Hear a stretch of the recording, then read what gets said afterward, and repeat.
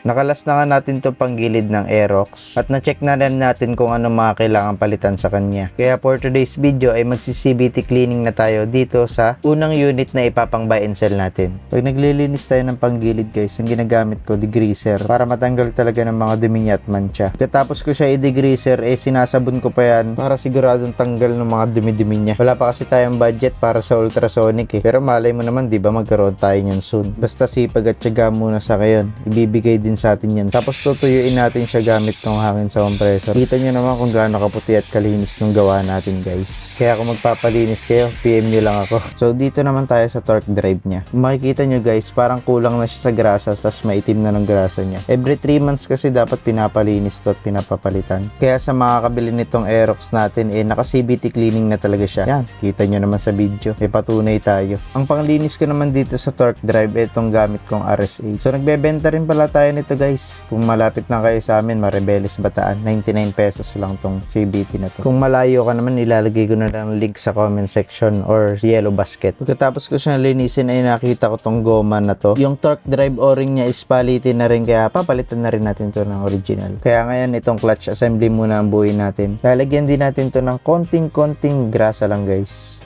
High temp na grasa na nga pala nilalagay natin dito guys. Hindi ako gumagamit ng ordinaryong grasa lang. Dito ay ginagamitan ko rin ng CVT cleaner para hindi masira ng mga oil seal na tong CVT. So balik na tayo dito sa torque drive. So dumating na ng piyesa natin at palitan na natin tong o-ring nitong CVT torque drive natin. Syempre lagyan muna rin natin ng grasa no. So high temp tong nilalagay ko dito. Ang gamit ko nga pala dito ay Kobe high temp. Ito na natapos na natin lagyan nung torque drive natin. Tapos buuin na natin tong CVT ng Aerox. Ito guys, palitan na natin yung slider piece niya kasi di ba nakaraan hindi siya original. Pati nung flyball palitan na rin natin.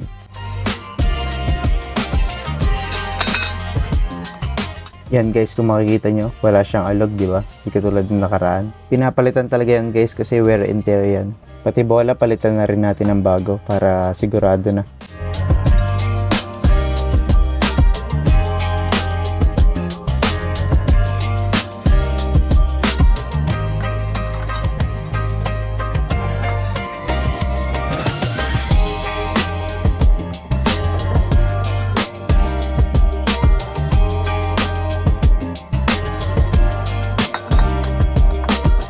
Dito guys ay gagamit lang tayo ng 17mm na socket para higpitan to. Gagamit tayo ng torque wrench para saktong higpit lang, hindi masyadong mahigpit, hindi masyadong maluwag. Ang torque specs na ilalagay natin dito ay 76 Nm para sa front drive.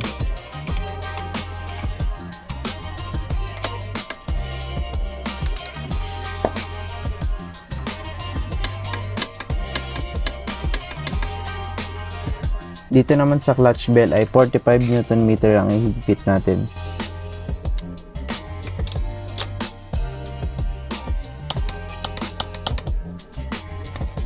So next episode natin guys is i-detailing na natin tong Aerox. Kasi tapos na tayo sa panggilid So babaklasin na natin lahat ng fairings nito.